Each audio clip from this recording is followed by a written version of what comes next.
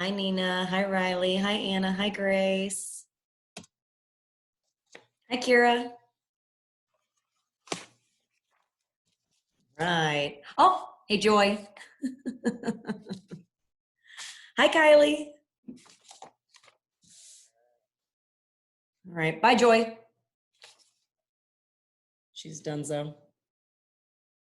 Hi, Lindsay. Hi, Shia. Oh, so nice to see you guys.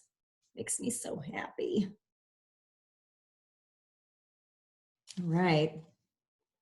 Well, while we're waiting for everybody to get on, anybody done anything fun lately? Hey, Marissa. Anybody done anything fun? Hi, Caroline. No, just staying inside, accepting that this is our life and our fate for a long time. I know it's, ugh. Hi, Caroline. Hi, Stephanie. Aw, it's good to see you guys. Or I should say you girls. We'll get started in just a little bit, allow some more people the opportunity to come in. Was this? Here, aren't I? Hi. Hi, Karen. Hi, Kayla. Was this week's assignment a little bit more manageable in terms of time? I can see a couple of yeses. Hi, Frank. Well, you know what your assignment is for next week, right? Nothing. And I'm going to use the time to catch up on grading or whatever I'm allowed to do. Hi, Lauren. Hi, Hannah. Hey, Allison. Are you jamming out, or is that are the earbuds for this? Are they for this? I can't hear you because you're muted. Hi, Lindsay. Should I turn my computer like this? Is that easier? Hey, Tori. Hi, Anna. Anna, thanks for giving me the heads up. You too, Marissa, about Schoology. That was frustrating for a second, right? All in good fun. Hi, Nicole. I see you guys coming in. Good to see you. Marissa, where are you going to work at 2?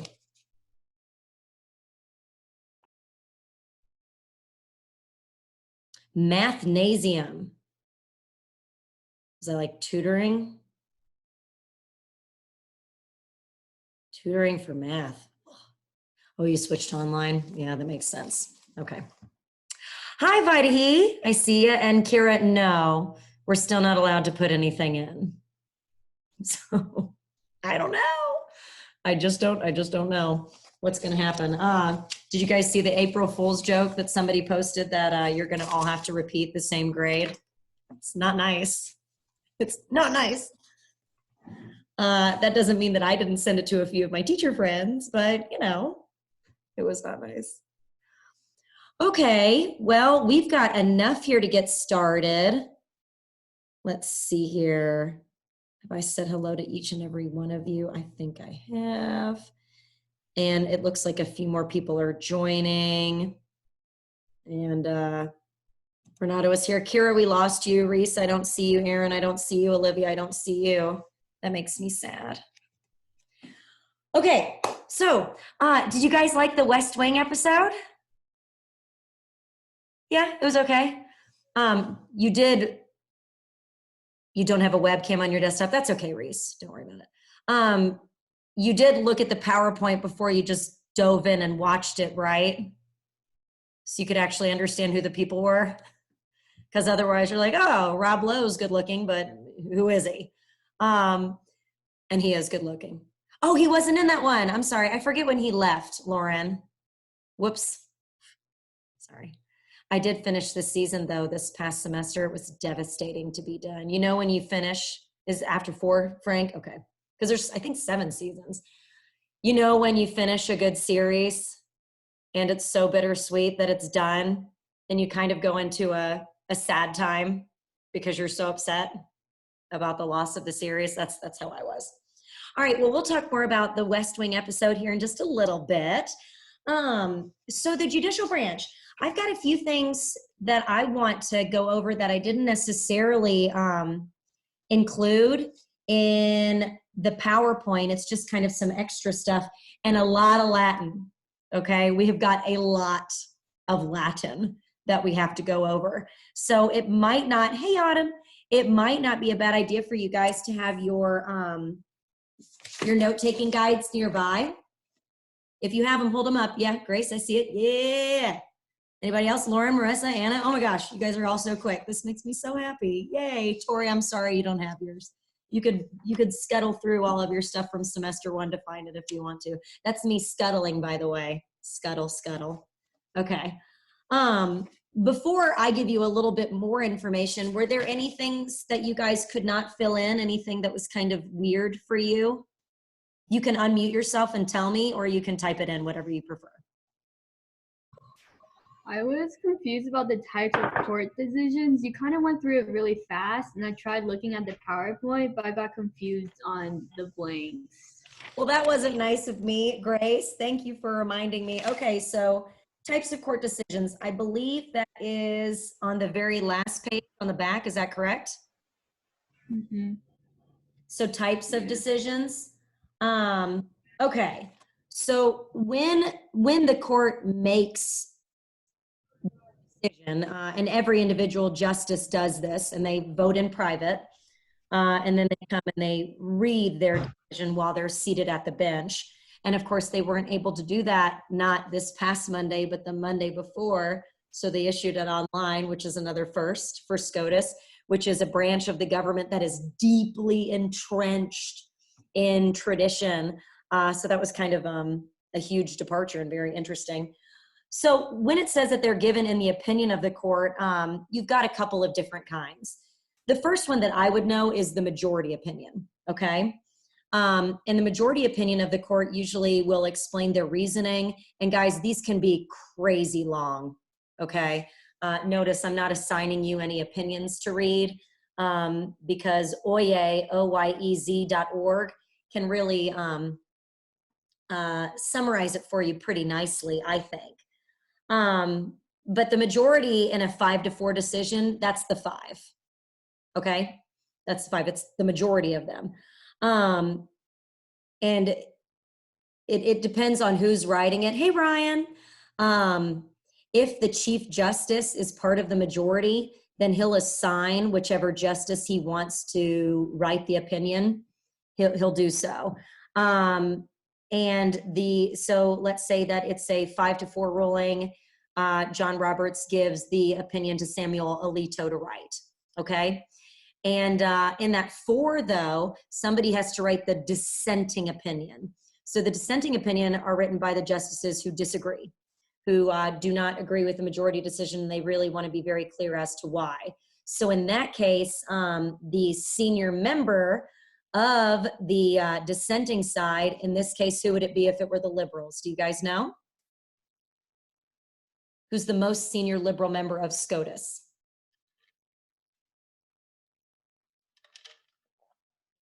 No, notorious. Yes. Ruth Bader Ginsburg. Yes, Reese. Yes, Autumn. So it is RBG, Nicole. And she'll be very candid when she's talking about how she wants to assign those opinions, because sometimes you want to write those opinions. I mean, I know that I've got a few of you out there that really nerd out over government, like yours truly. And I know a few of you who, just put up with it because maybe you're okay with me and you'll do that. And some of you just hate it. Everybody on SCOTUS is nerding out. Okay, everybody is. So they want the chance to write this sweeping opinion. So that's the majority opinion. That's the dissenting opinion, which is also known as the minority opinion, if you want to call it that. But then there's also the concurring opinion. And let's say that Samuel Alito is part of the 5 and a 5, that's 5, good job, Liz, is part of the 5 and a 5-4 decision. But he doesn't necessarily agree with the logic and the path that the group came up with to reach that consensus of 5. he can write what's called a concurring opinion. And you can write a concurring opinion for the majority opinion or for the dissenting opinion. And you're basically saying, I agree that yes, this is okay, or no, it's not okay, but I have my own reasons. And those are the 3 opinions you need to know. That's a great question, Grace. Thank you for that. Who has another question? Oh, Lindsay, you raised your hand. I lost you. Where are you? Yes. I'm right here. Okay. So, like, for example, I was doing the writing up my paragraph on the cases from March 23rd, and the one I wrote about, it was a unanimous decision, so I just kind of described everything, but I didn't know what to say for the dissenting and that kind of thing that you asked for. Yeah, that's a great question, sweetie. In that case, there is no dissenting opinion. There might be a concurring opinion. You could, and I think there actually was a concurring opinion for that one. Is that right? Didn't Ruth Bader Ginsburg have a separate opinion aside from the majority opinion for that one? I'll have to look again and make sure. Okay. Sure. I mean, I understand that you don't just know that off the top of your head, but yeah, I believe she did. And so in that case, you would just say unanimous decision. The majority opinion just happened to be unanimous. Okay. Okay. Yeah. Oh, and I'm seeing some more people. Hi, Emily. Hi, Sydney. Hi, Guillaume. Hi, Lindsay. Hi, Reed.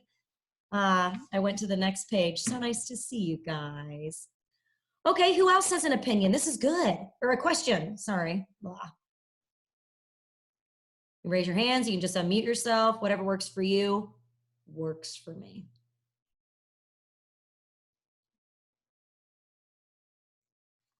Yeah, Linz. Oh, no. That was from last time. Okay. Hi, Andrew. Okay, well, let's just look at a couple of things then together, because I want to make sure you're good on all the fabulousness. So do you guys understand that our court system is a dual system? Do you know what dual means? Anybody know? Anybody want to throw it out there? 2. Think of, yeah, Reed. Oh gosh. There's 2. There are 2. Good job. Woohoo. Andrew, I would suggest having the judicial branch note-taking guide on you. That's the document you need for today. So yeah, there's 2. Do you guys remember the concept of dual federalism and cooperative federalism? You guys remember those? Do you remember? Yeah, you remember cake. Good job, Autumn. The cakes. Yes, yes, Renata. Very good. So dual federalism means that the federal government does something, the state governments do something. So if our court system is also dual in nature, that means that we have federal courts and we have state courts.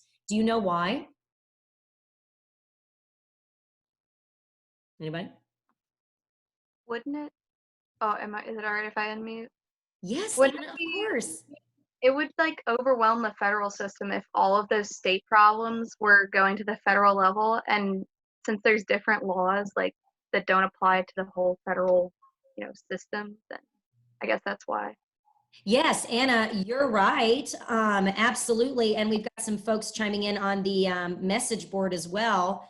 Yeah, Reese, we've got different laws like Anna mentioned as well. Marissa and Anna, you're right. There would be too many cases. I believe the state courts hear 30 million cases a year. And the federal courts hear 1 million cases a year. I mean, that's a fair amount. Yes, Lindsay? Oh, your hand is still up. Do I have to press lower hand? That's silly. Too many cases for the federal level. You're right, Caroline. Riley, states' rights. Absolutely. I mean, we mustn't overlook the fact that we have Amendment 10 and reserve powers. And in Article 3, that's where we find the judicial branch in the Constitution. What's the only thing that's mentioned in Article 3? SCOTUS. Just SCOTUS. That's right, Autumn. And they only mention one person, and that's the Chief Justice. So there's a lot of other courts that are out there. So obviously we're having to come up with all of these courts.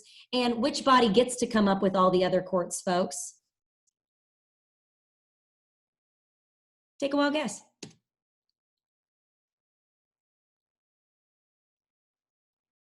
Congress. Yes, so I'm seeing a lot of you typing in Congress. You're absolutely right. Congress has the power to do so. So it's good that you understand it's a dual system. And so if we only had SCOTUS, how did we come up with the appellate courts and then the US district courts? Where did those come from? Anybody? Brought my crazy straw so we could all get crazy on government. Good job, Anna. The Judiciary Act. Yes, Tori, the Judiciary Act of 1789. So please keep in mind that the Constitution was signed in 1787. So this is very quickly afterwards that they realized, oh crap, we've got to do something. And folks, you need to understand that's what established the three-tiered court system that we have today. So SCOTUS at the top. How many people are in SCOTUS? Feel free to show me with your hands or type it in or say it. Oh, there's all your fingers. Good job. Yeah, there's 9 of them. Have there always been 9? Good job. You can count. Have there always been 9? No, you're right. Very good. We've had, yes, Olivia. Yes, Autumn. We've had 5 before, and we've had 6. So, so the Judiciary Act said it. Yes, there were only 6. So the Judiciary Act gave us a 3-tier court system, set it at 6. And then what is the level right underneath SCOTUS for the federal system?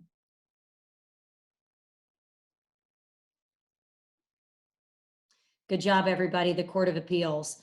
And yes, Reese, you're right. If somebody dies, and we are down to 8, and that, you know what that means?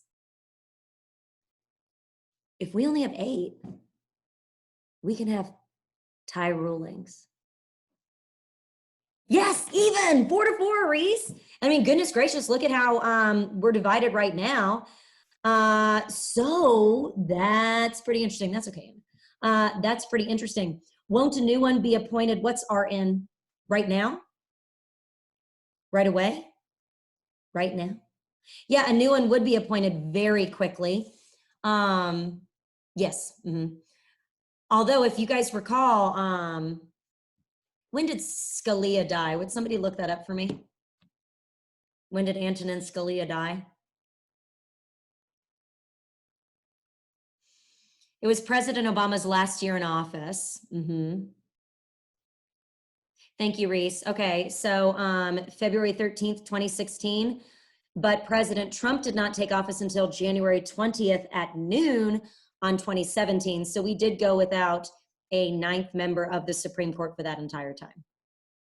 Okay, and that was because of divided government and the fact that President Obama had already been able to name 2 justices to SCOTUS, and the Republicans that controlled Senate did not feel as though he should be able to name a 3rd. And so they literally drug their feet and were able to do that. Okay? Because you've never heard of Supreme Court Justice Merrick Garland, have you? Yeah, it's because it didn't happen. All righty. What's another big difference between federal judges and state judges that we should probably know? Aren't state judges elected? Yes, Shia, very good, very good. Election versus appointment, state judges versus elected. Good, Anna, good, Autumn, good, Shia. Very quickly, to go back to Reese's question, there is no legislature that restricts how many justices a president can appoint. If you guys recall, President FDR did attempt to pack the court. Basically, everybody who was, bye, sweetie, bye, Marissa. Everybody who was over the age of 70 and refused to retire, he goes, well, I'm just going to put somebody else on the court to even you out. Yeah, Congress said no to that, so that didn't happen at all. Okay, let's see here. So yes, election versus appointment. I really kind of think that's interesting, don't you guys? What are some other things that are interesting about federal judges? What are their qualifications? Do you know? Do they have any? Good job. Yes, Tori. Yes, Anna. Yes, Zara. Hi, Zara. Yes, Val. Yes, Emily. Yes, Caroline. Good job. There's none. You don't have to be a certain age. You don't have to have a certain background. You can just go for it. Okay? No, they didn't even need to attend law school, Reese, you're right. But here's the bottom line, guys. That's not going to happen. The Supreme Court's a big deal. And we have such a strong vetting process. What else is in the public's eye and very prominent when it comes time to confirming Supreme Court justices? What else takes place?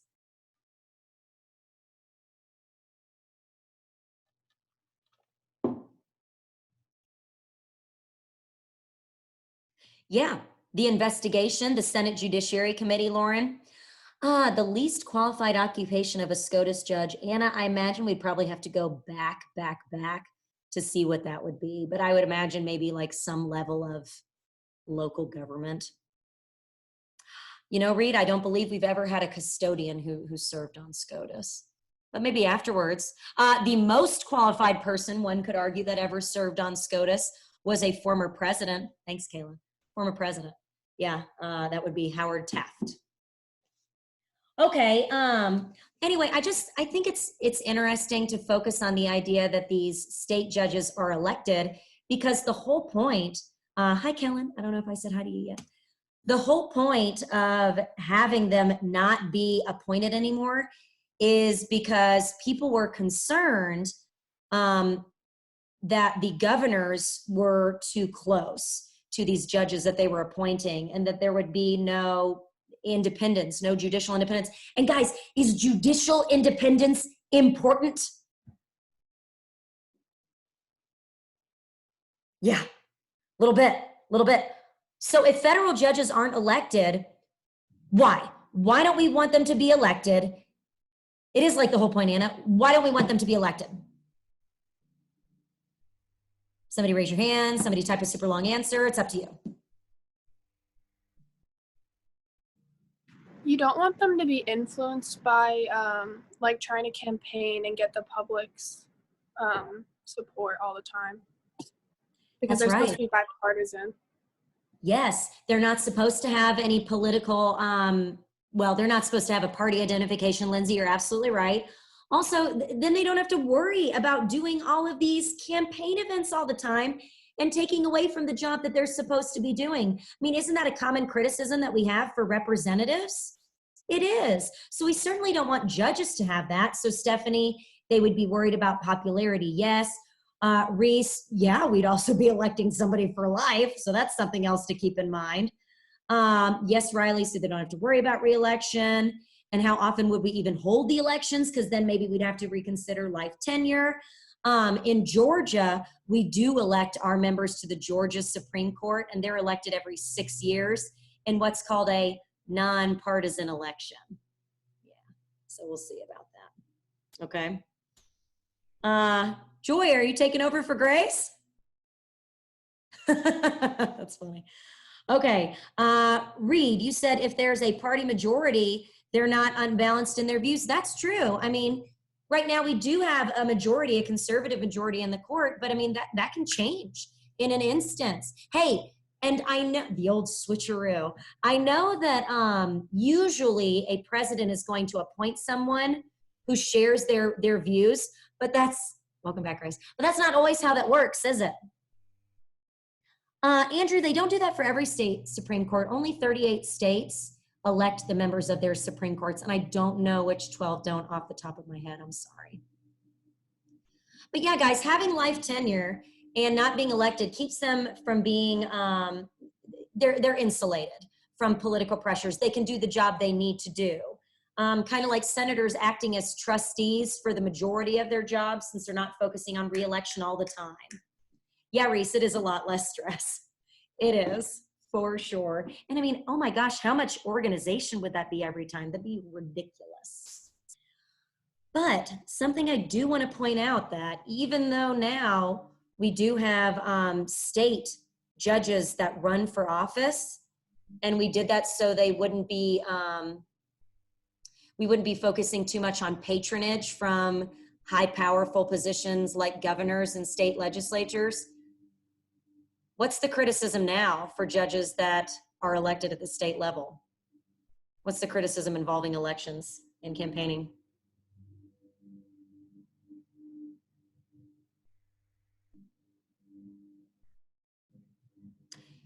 Yeah, Tori. Donations. Maybe they feel like they have a debt of gratitude that they have to pay. If somebody donated $1 million to their campaign and what's this? They have a case in the court. Those judges don't always recuse themselves. So that's going to be a problem. Okay, I think it's good that we went over that. Are you guys okay on appellate courts? Do you understand that those are kind of like the step before the Supreme Court? Do you know how many we have? How many circuits are there? Do you guys recall? Geographic circuits for the appellate courts. There's 13 appellate courts. That's right, Tori. So there's 11, and we're in Circuit 11, just FYI. It's us, Florida, and Alabama.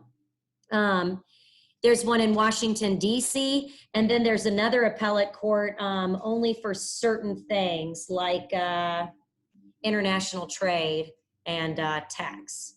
Okay, so they're the step before the Supreme Court. Do you guys happen to recall how many Supreme Court cases they'll actually hear a year?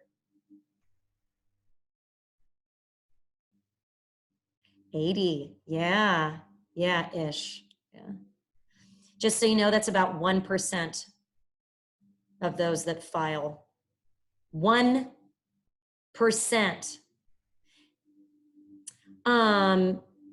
Yeah, Sydney, I do think that is a problem. Ruth Bader Ginsburg came under a lot of pressure when it was President Obama's last year to resign because she had struggled with some cancer, and also she's just, you know, old. And so they said, why don't you resign now so President Obama can replace you with another liberal? And she said no, she wasn't ready. And she came under a lot of hot water for that. And she's not retiring now. She is wild. She's not retiring now because President Trump is in office, and her status as a, to quote your Supremes episode, liberal lion would be up for grabs, right? So Reese, when I said federal courts take $1 million a year, yeah, no, it's not mostly appellate courts. That's a great question. It's mostly federal district courts that hear that. Federal district courts, yes, that is RBG. And yes, RBG does her exercises every day. I've got a feeling several of you would be able to do it too. It's challenging for somebody her age. I want to say she's 87, but she can plank for a number of minutes. I think that's pretty impressive. Can you guys plank for 5 minutes? Well, let's hope she doesn't get the virus, because I think she would definitely be more at risk. No, Reed, I don't want her to get what's behind you. Faux show. Okay. Alrighty, so do you understand the concept of different jurisdictions? Do you understand original jurisdiction, appellate jurisdiction? Yes or no? You can move your heads. I can see you. Oh my gosh, you guys look miserable. Yeah, it's so sad. Smile. Yeah, see, I'm smiling at you. Smile at me. Okay. Original jurisdiction means that the court can hear the case for the first time. The Supreme Court has very little original jurisdiction. Do you guys happen to recall what it is? I want you in the classroom too, Chris. I do. I'm mad about it. Do you know what those cases are, original jurisdiction? Anybody want to raise their hand? Ambassadors. Good job, Steph. Yeah, Nicole, what are they? So ambassadors, and then when it's like against a state. Yes, very good, very good. So if there's a case that involves ambassadors or other foreign leaders or diplomats, you're right, then yeah, the Supreme Court's going to hear that. Do you guys know about how many cases a year that they hear are original jurisdiction cases? You want to guess? Yay, Grace. Yay, Zara. Yay, Kelly. Yay, Renato. Yay, Anna. 2 to 3. That's it. That's less than 1%. Okay, less than 1%. So get excited. Read Dobbins. Okay, so that's original jurisdiction. The federal district courts, there's 94 of them. We have 3 in our state. Okay, everybody hear me? 94 of them, we have 3 in our state. There are close to 700 district judges on federal district courts. They have the original jurisdiction. The appellate courts have appellate jurisdiction. Riley, it should be. Yes, it should be. Which state has the most? District courts? California.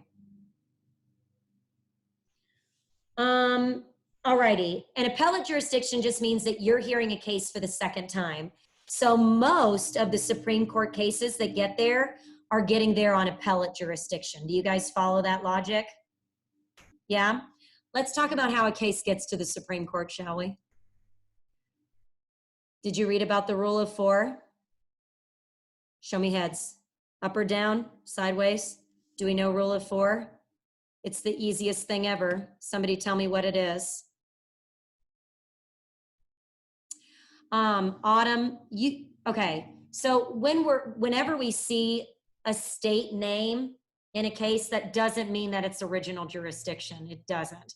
Because if you recall, McCullough versus Maryland was heard by Maryland state courts first. So it's usually if 2 or more states are a party. So if 2 or more states are considering, I don't know, some laws regarding abortion, then the Supreme Court can step in and hear it before those state Supreme Courts hear it. Okay? All right. Good. You're welcome. You're welcome. I'm so glad I could explain. All righty. So the rule of 4. 4 justices have to agree to hear a case. Hey, just out of curiosity, could you guys name the 9 judges on the Supreme Court right now? Shake your heads up and down. I know a few of you can.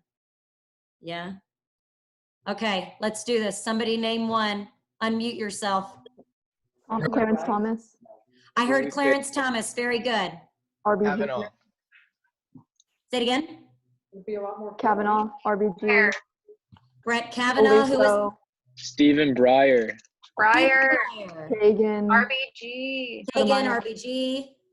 Thomas, the old boy. Clarence, that's right.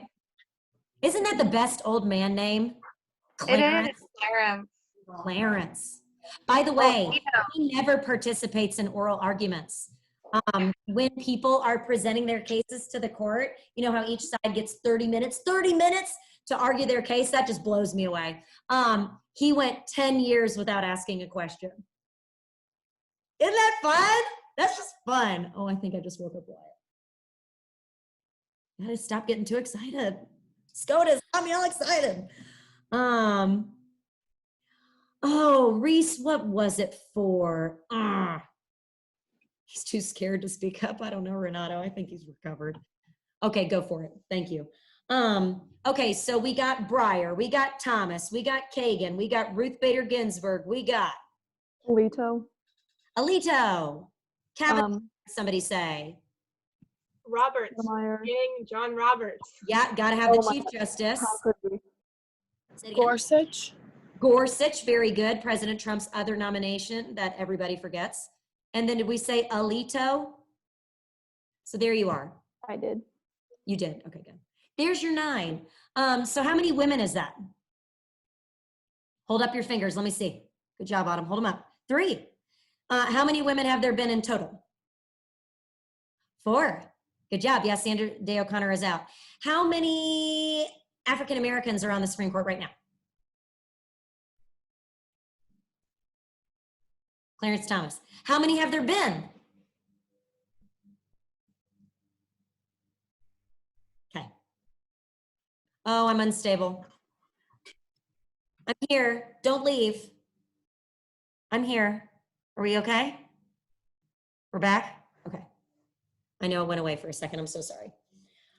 Okay, so how most cases get to the Supreme Court is rule of 4. So 4 of them can vote and say that they want a case to come to them. But usually it's through what is called writ of certiorari. It's time for Latin. Are you ready? Latin lessons with Liz. Okay. Okay. Thank you for looking that up, Reese. Alrighty. Latin that we should know for the Supreme Court. Somebody call out a phrase and we'll go over what it means. Stare decisis. Thanks, Tori. Stare decisis. S-T-A-R-E-D-E-C-I-S-I-S. I'm not writing it down. That sounds right, right? Anybody know what it means? What it translates to? Like staying with the I can't remember the exact phrase, but like staying with the decision. Let the Let decision the decision stand. Correct, Anna. Correct, Caroline. Correct, Zara. Correct, Autumn. Good job. Let the decision stand. So if the Supreme Court is hearing a case and they do not overturn the lower court's case, stare decisis. Or, wait, if they don't even hear it, if they don't grant writ of certiorari, that is also stare decisis. Good? That's what happens with most cases that are appealed to the Supreme Court, okay? Stare decisis. Let the decision stand. Lindsay, is that a dog or a cat? Oh, it's cute. Hi, puppy. What's its name? I know you can't unmute. Does anybody know Lindsay's dog's name? It's real cute. I'm gonna pretend. It's Sophie. Sophie. Okay, I was gonna Fluffy. Fluffy. Ooh, good. So Reese, is that a Supreme Court thing or just a court thing? Stare decisis, SCOTUS. All right, amicus curiae. Good job, Anna. Oh, okay. No, they can be filed at state Supreme Courts as well. So what is amicus curiae briefs? Do we recall? What are those amicus briefs? Just think about what amicable means. That's like the friend of the court, and is that specifically like where the interest group will get, you know, the person to file their case? Yes, that's where the interest group will file thousands of pages of information based on how the ruling would affect their members, giving the Supreme Court more information. Absolutely. So Caroline, friend of the court. Kylie, friend of the court. Grace, friend of the court. Nicole, friend of the court. Lobbyists convincing people that their stuff is good. Absolutely. And yes, like Zara said, it is used for interest groups themselves, and they are attempting to garner support for the particular side of their issue.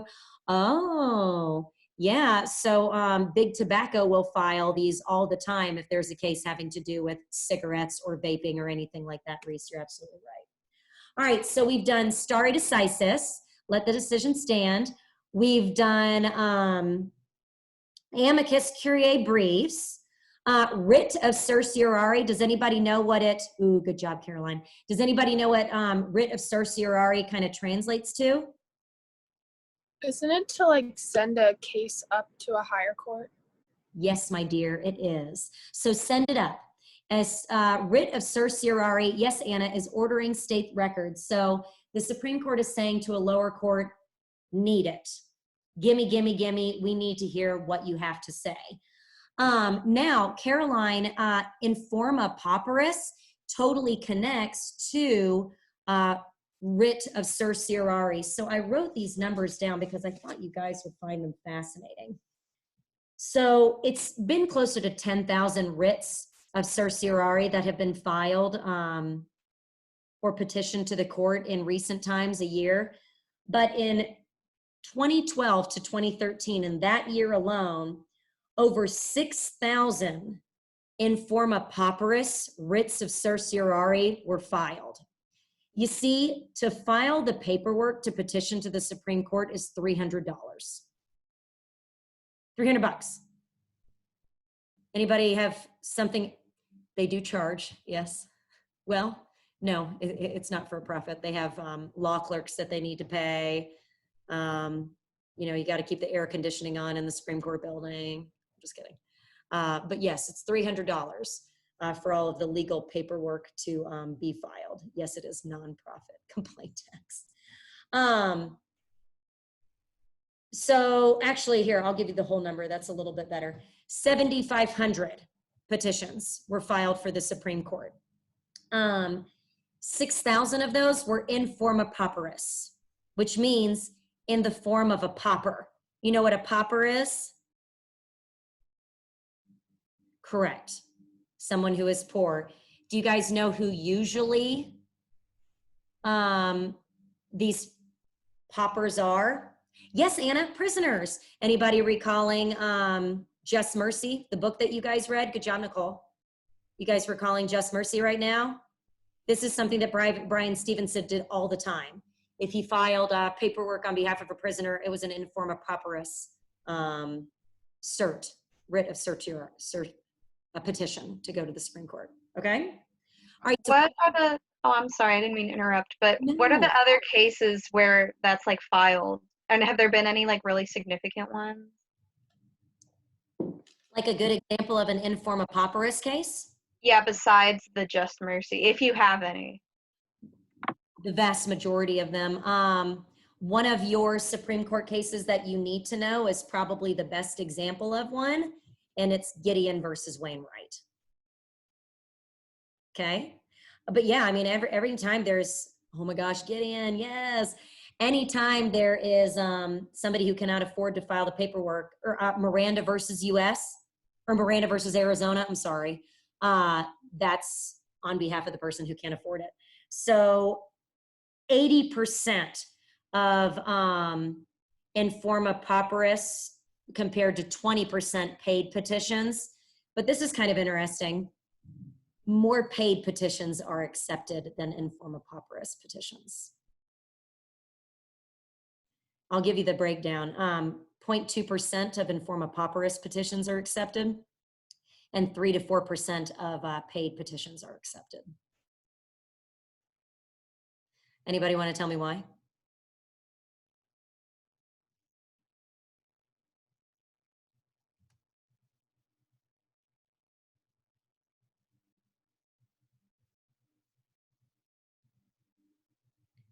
Okay, jury, sure. Depending on what the case is, the jury certainly plays a role. And it also goes to sheer numbers, guys. So remember, they can only hear 80 cases a year. And if they have 6,000 informa pauperis petitions filed, then they're going to hear a smaller percent of those as well. Okay, what else did I want to talk about with you? In terms of confirmation, do you guys get the nuclear option? Show me heads. Moving back and forth a little bit. Okay. Who nominates people to the Supreme Court?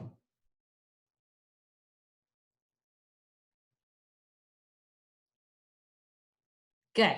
The president does. Is that it? Is that where it ends? Correct. The Senate must confirm. What vote is needed to confirm? Good. Simple majority. Now, what is something that the Senate can only do? It's Senate specific to slow down the confirmation of a federal judge. Yay. The filibuster. That's okay. The filibuster. Why is that no longer an option? Would somebody kindly raise their hand and tell me?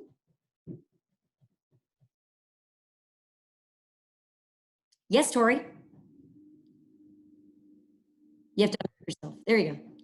So in what, 2013, Mm-hmm. the Democrats voted to make it in the Senate to make it so you could only filibuster for SCOTUS confirmations, but 26, I forget the second year, but the Republicans, once the Senate changed over, voted to 2017. Thanks, Anna. Voted to make it so you like filibuster can be ended with a simple majority. So you like can filibuster, but it's not like cloture. It's not the same. Good, good. So that is the nuclear option. That's huge. So the cloture is still around if it's debate on a bill, okay? But using a filibuster to block a SCOTUS nomination is no longer a viable thing.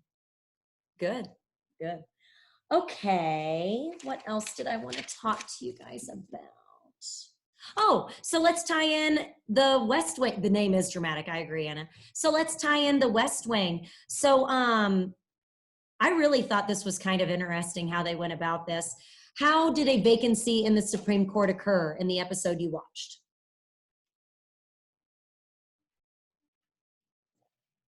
Yes. Someone died. I believe it was Justice Baker. I've watched it so many times. And they actually thought that it was going to be the old guy, right? Ugh. That's a little embarrassing. And someone stepped down. Good, Lauren. Okay, so President Bartlett is a member of what party on that show?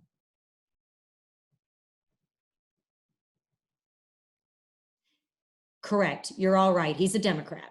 And so they're wanting to fill that position with a liberal individual. However, in the West Wing, what party has control of the Senate?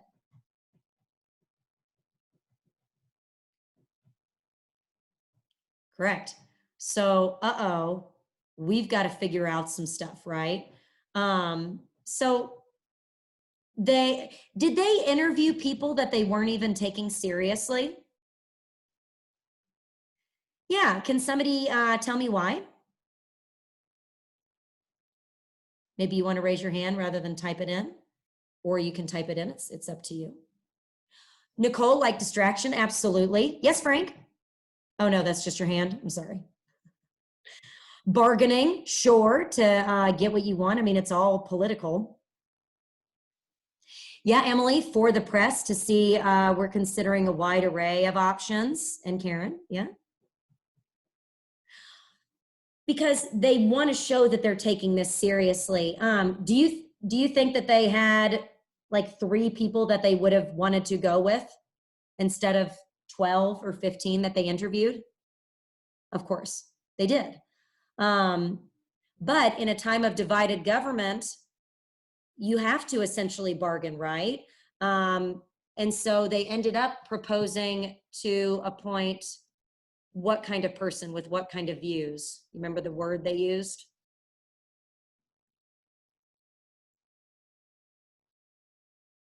Oh, yay, you guys watched it. A moderate, that's right. But who does Josh fall in love with? You can give me her real name or the name she went by on the show. The lady, yeah, Justice Lang. That's Glenn Close. You guys know her? I don't know what you would know her from. Damages, if anybody watched that ever. The Big Chill. Has anybody seen The Big Chill? It's a great movie. Oh, good one, iPhone. Guardians of the Galaxy. Yeah, she's the, I don't know, the Supreme. I forget what they call her. Oh, yes. She's Cruella DeVille. Thanks for that flashback, Reese. That's good. All right, so he falls. Yes, Novacore. That's what I was going for. Whose iPhone? Okay. So, but they can't have her because why? Oh, hi, Julius. Why can't they have Lang? The Senate won't like her. She's too extreme. That is correct. Very good. She's too liberal. So they need to propose a moderate because, yes, you're right, Reese. They would not get past the Judiciary Committee. But eventually they end up proposing something that I'm curious. Do you think what they did would ever actually fly? Lauren says no. Riley says no. Stephanie says no with a fun, sarcastic face. That made me happy. Yeah, I don't think so, guys. It's just not going to work. Although, did anybody appreciate what they were trying to do? I did too. That's a great idea. Don't you want to encourage that kind of debate? I mean, isn't it good to have extreme views and not just everybody in the middle? It was cool how the really extreme Republican guy that ended up putting up, I forget his name, but he said exactly that towards the end. He was like, they just wanted to put a moderate because they can't handle 2 really extreme people going at it. You're right, Lindsay. And Chris Mulready was a good, honest justice. And wasn't it funny that he was gonna declare the Defense of Marriage Act unconstitutional? Whereas usually conservatives would be all for it. But that just goes to show you that it's not always 100% purely partisan, right? His focus was on the constitutionality of the issue. And that brings us into how the justices view things. Yeah, I pulled a Mitt Romney. Different opinions, bad. Okay, so Do you guys get originalists versus modernists? Yes? Okay. Okay.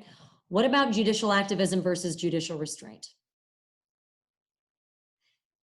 That's the big one. Okay. That's the big one. Who is willing to tell me what the crap judicial activism is? You can type it out, or you can raise your hand and tell me, or you can just unmute yourself. Kind of like saying that the justices should like be able to understand it enough to where they can adapt it to modern like issues and problems. Good. That sounds like a very modernist approach. So they should be able to create bold new policy, Riley, when it's necessary. What's one way to create bold new policy? Anna, by protecting the minority? Sure. What's another way to create bold new policy? Yep, to review laws. That's right, Nicole, to determine if laws are unconstitutional. What about overturning a decision? Would you call that judicial activism? Heck yes. That's a big example of it. And like Anna said, the minorities do need protecting.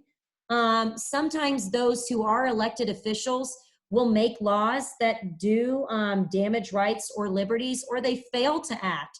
And so SCOTUS then feels the need to be active themselves in righting these wrongs. Also, keep in mind for judicial activism, they don't have to worry about popularity. They're not up for re-election. They have lifelong terms. And so maybe they can tackle some of those issues that the federal government doesn't want to tackle. Like what? What did the Supreme Court just... Brown v. Board. Yeah, Brown v. Board. Very good, Tori. What else? Abortion. Yes, yes. I like excited there. Goodness. How about in 2015, Obergefell versus Hodges? Gay marriage.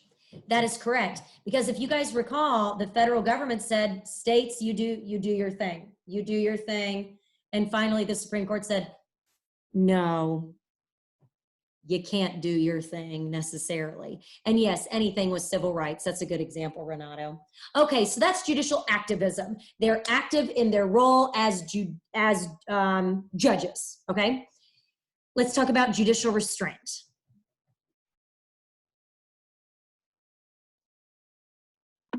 Isn't that where like the judges believe that they need to be more cautious because it's like them going against the elected officials, which are more representative? And I know you said that it was seen as like an undemocratic precedent. So it's more like the judges are like they're the specialists for the legal and constitutional side of it, but the legislative and executive are the policy specialists. Very good, Anna, very good. And you've got some support on our chat as well. Let's see here. So Tori said it's like stare decisis. That's a good way to think of it, letting the decision stand. Grace, they do need to be cautious. Reed, they're choosing not to act on something. Caroline, let the judgment of the other branches take precedence because of what Anna was saying. Those other branches are elected, the judicial members are not. They're also more representative of the American public. The members of the judicial branch are not. They don't want to use reviews, so it would be more special in going against majority rule. Very good, Nicole. And Emily, letting the elected officials judge. Very good. Yeah, so if you believe in judicial restraint, if you are an advocate of that, you think that SCOTUS should not really use judicial review very often. They should defer to the other branches, the elected branches. And it's kind of dangerous to go against majority rule, right? That's unelected officials going against what elected officials decided on behalf of the American people. Something else that folks who are advocates of judicial restraint say is that it will mean more if they use their power less. I get that. You know, that makes sense to me. And something that you brought up, they are constitutional specialists. legal specialists. Anna, you're right, not policy specialists. So that's definitely something we need to keep in mind. What about checks and balances? What are some checks on the judicial branch? Type them on in.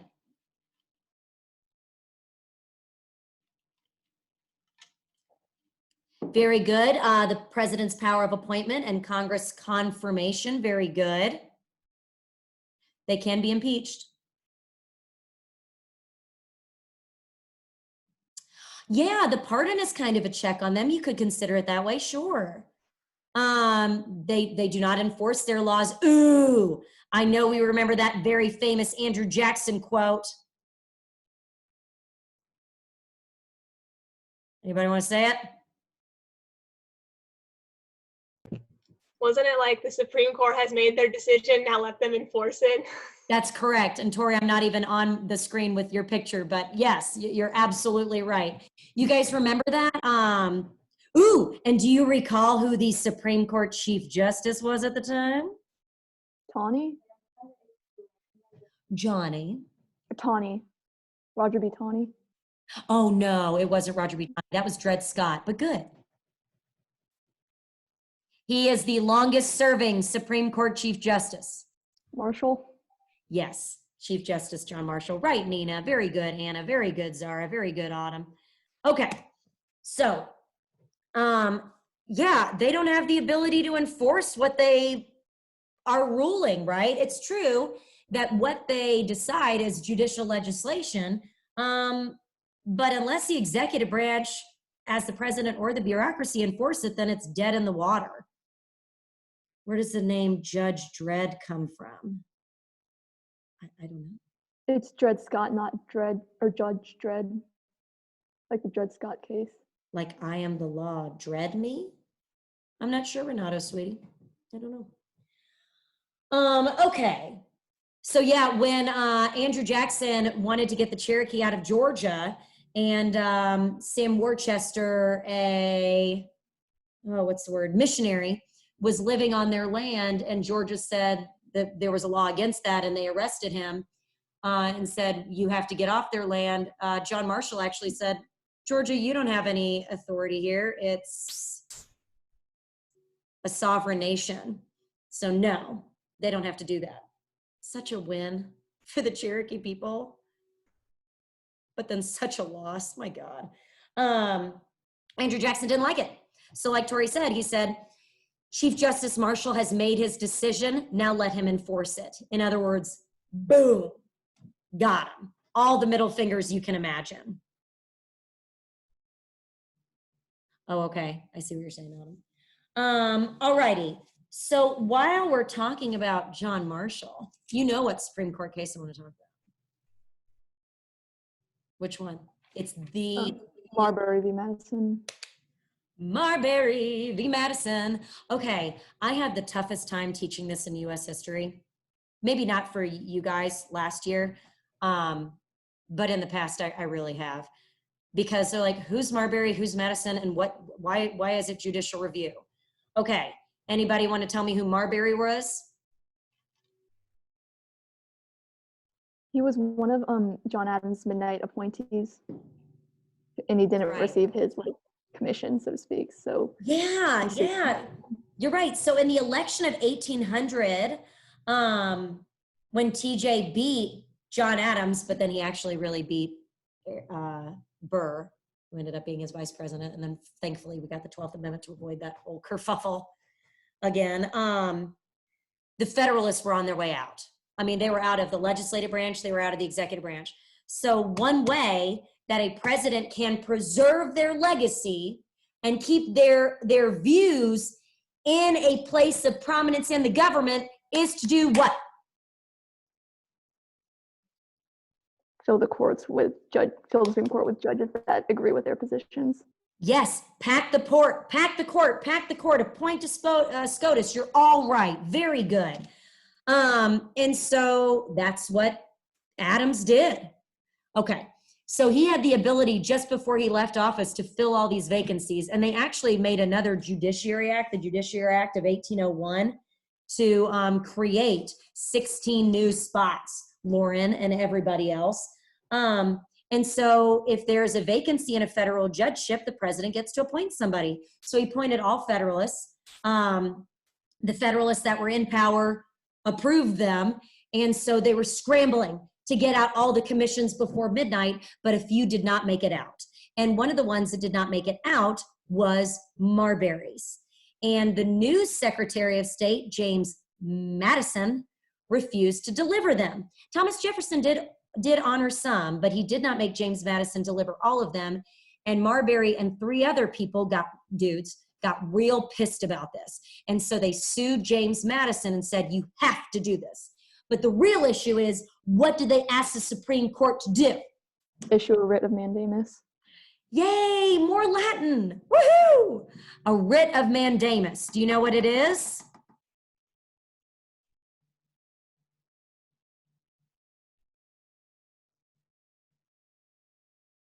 It's an order to do something. Good job, Emily. Thank you. I was too soon. It's an order to do something. So John Marshall had been appointed 2 weeks before this, by the way.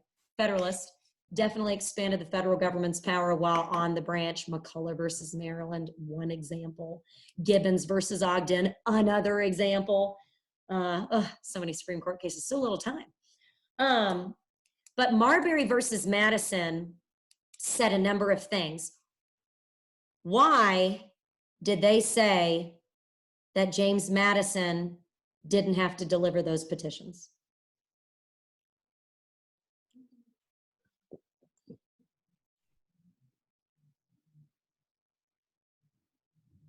Do you recall?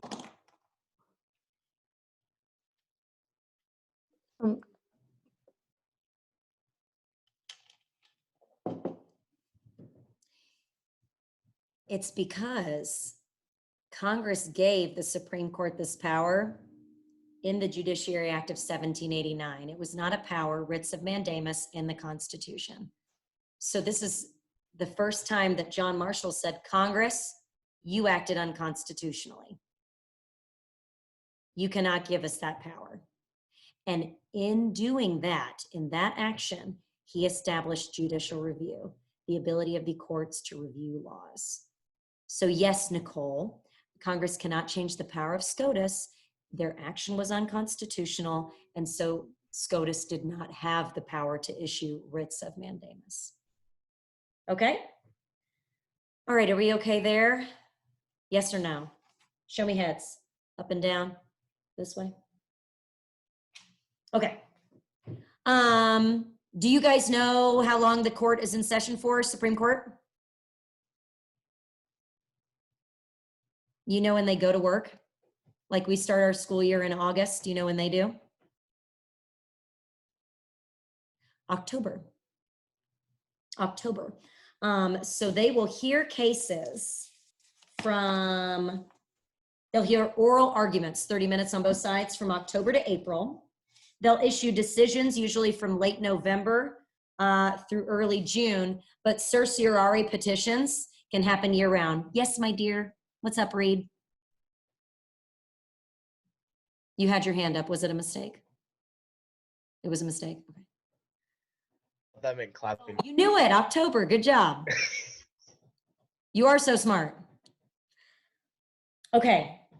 What else, guys? What else can we do today? Do you get the judicial branch? You think?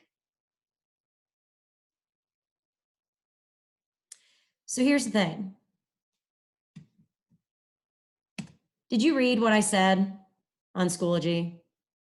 Why we're actually still doing stuff, and a fair amount of stuff, is because this content is going to be on SCOTUS, or on the AP exam.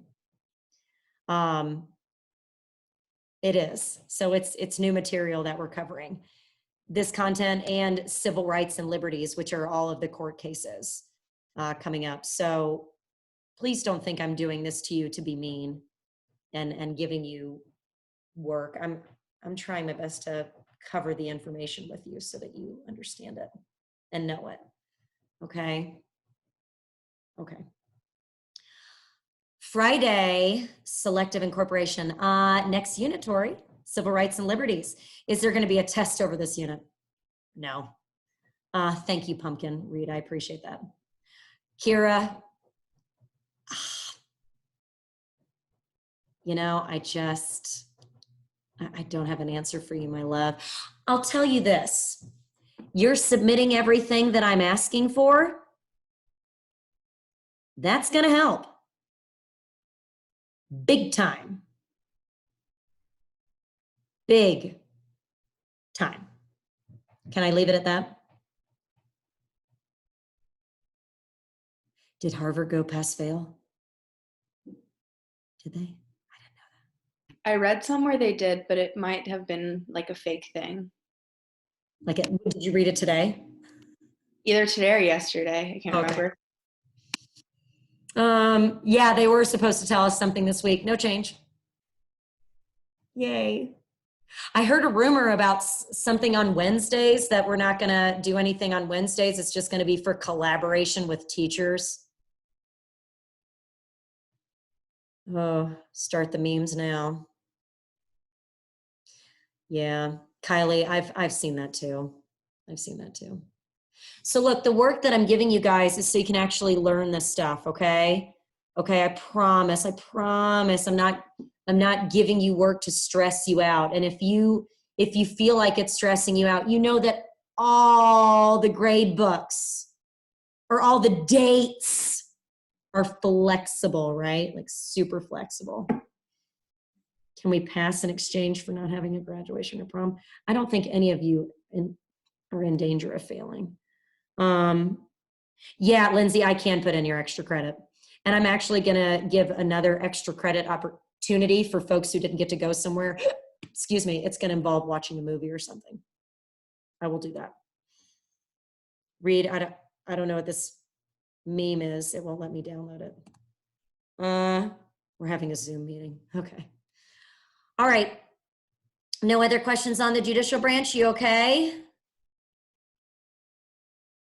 How do you feel about the branches? Scale of 1 to 10. 10 meaning, oh my gosh, Edder, I've got this. Or 1 being like, wait, what tree?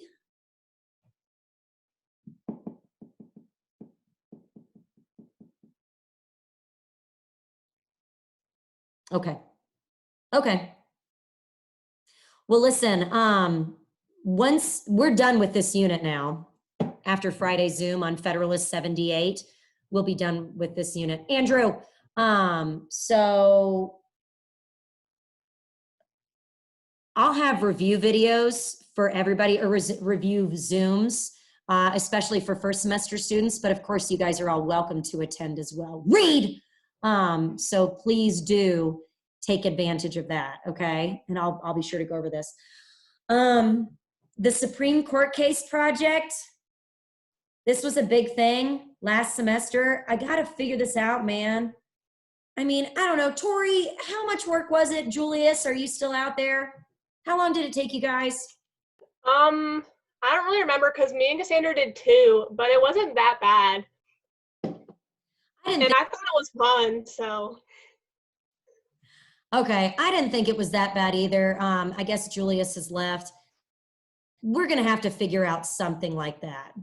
Oh, Chris, it really isn't bad, and you learn. These are things you have to know for the AP exam because civil rights and liberties is gonna be. No, it actually helped you get familiar with the cases. Yeah, especially how we did it. Oh, and y'all, I think I'm gonna have you guys download Marco Polo when we do SCOTUS cases so we can have debates. Yes!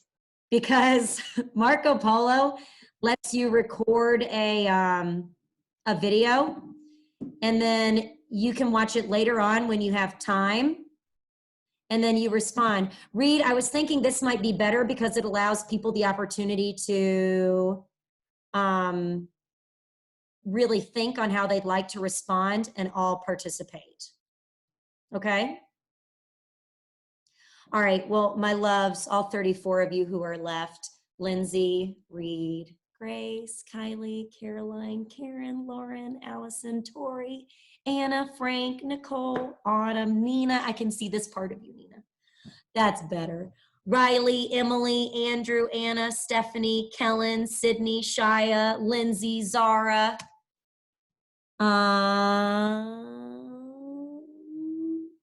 Kira and Shia. I think I said everybody. Thank you for tuning in.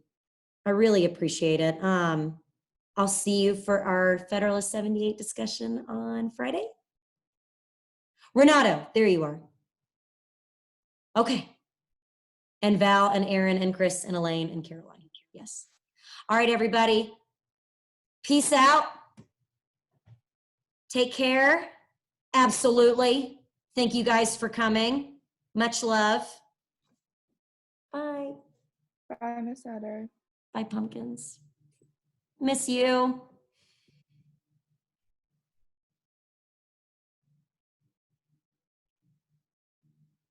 And then there were 3. Bye, Sydney.